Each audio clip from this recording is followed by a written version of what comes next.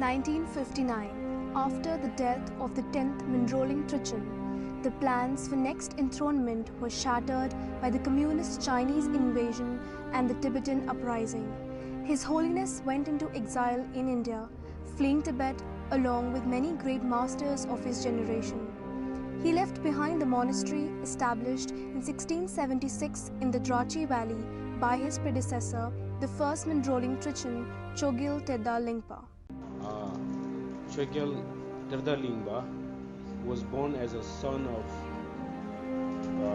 Sangda Chinelundup, was one of the reincarnation of 25 disciples of Guru Padmasambhava. Known as one of the greatest treasure masters of Tibet, he worked tirelessly to preserve and spread dharma throughout Tibet. He established Ogmen Ogyen Mindrolling Monastery in 1676, ensuring the continuation and preservation of the profound Nyingma teachings. After several years of tireless effort, in 1976, Rinpoche was finally able to set up the official monastic seat of Mindrolling, establishing Tibetan Buddhism in exile.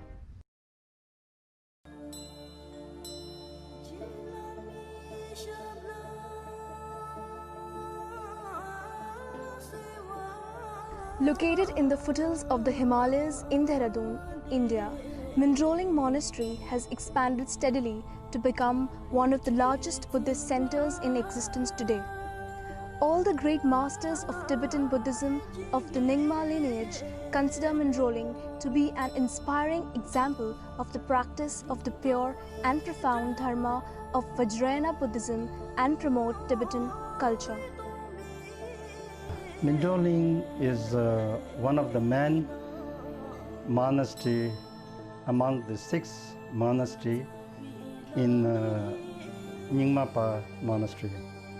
And special that Mindrolling ritual tradition is very special and very unique. In 1959, with Dalai Lama, many Tibetan people, came to exile in India. When we, reach here in India, then we thought that we should, preserve and promote Tibetan Buddhism and Tibetan culture. So this is, we all think that very important. So everyone, start to establish, to make monastery and Tibetan school and all these things. So life of the monk is, it's depend on the monk, and sometimes, the parents advise them that if you become a monk, it's very good for this life and very good for next life also. And then the small monk, he will decide whether he wants to become a monk or not. So in our monastery, we have a small primary school where the monks, studying 8 classes. After that, they have to go to Sheda, where they are studying about Tibetan philosophy and Tantra and all these things.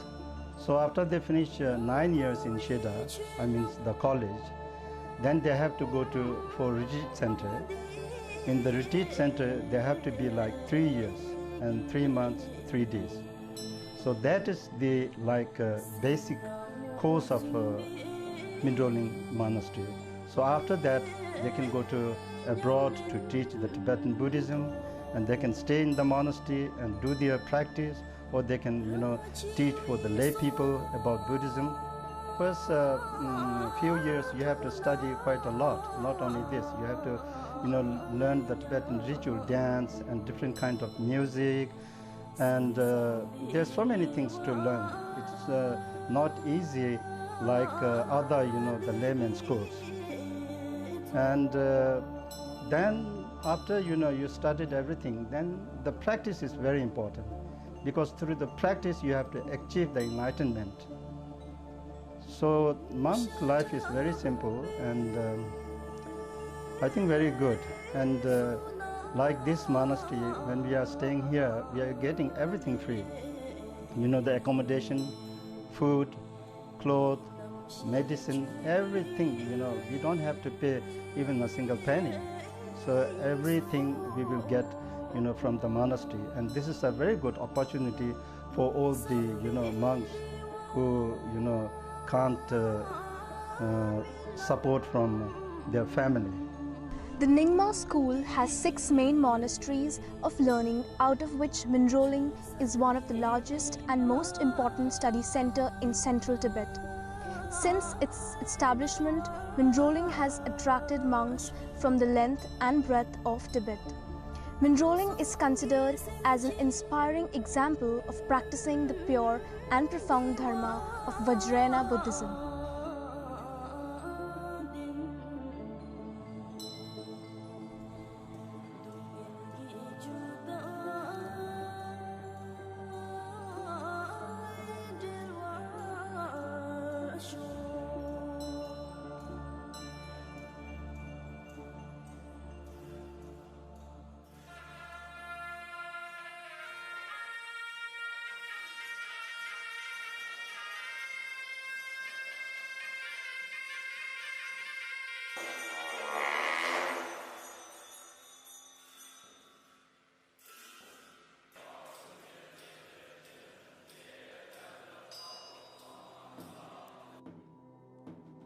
Many sacred ceremonies of monks include ritual music and dance held at mindrolling throughout the year for honoring the deceased, purifying negativities, and bestowing blessings on monastics and laity. The Great Sechu ceremony, celebrated on the auspicious 10th day of the 5th lunar monkey month of the lunar monkey year.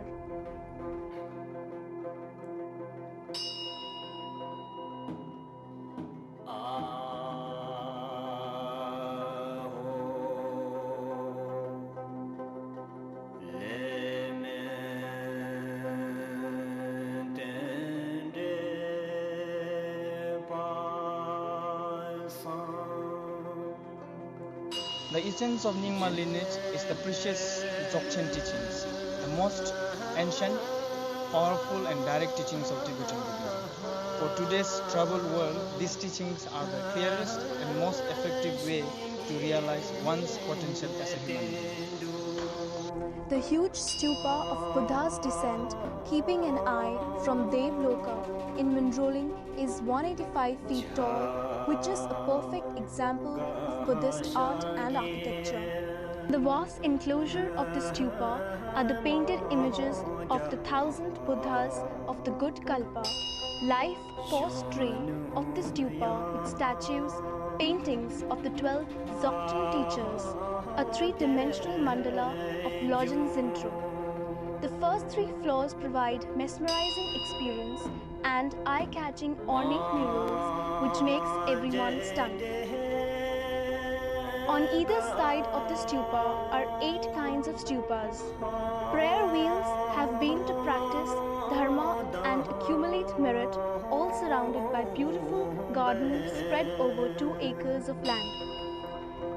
All the illustrated paintings were painted in pure gold color, and about 50 artists took over 3 years to paint these intricate paintings.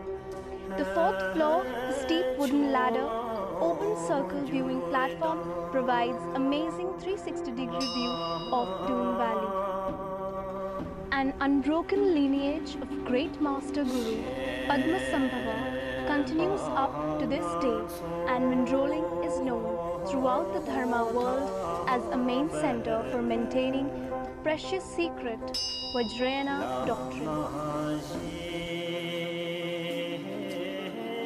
Yewa pusum choborji rong ke semne yonsan den sonji tembai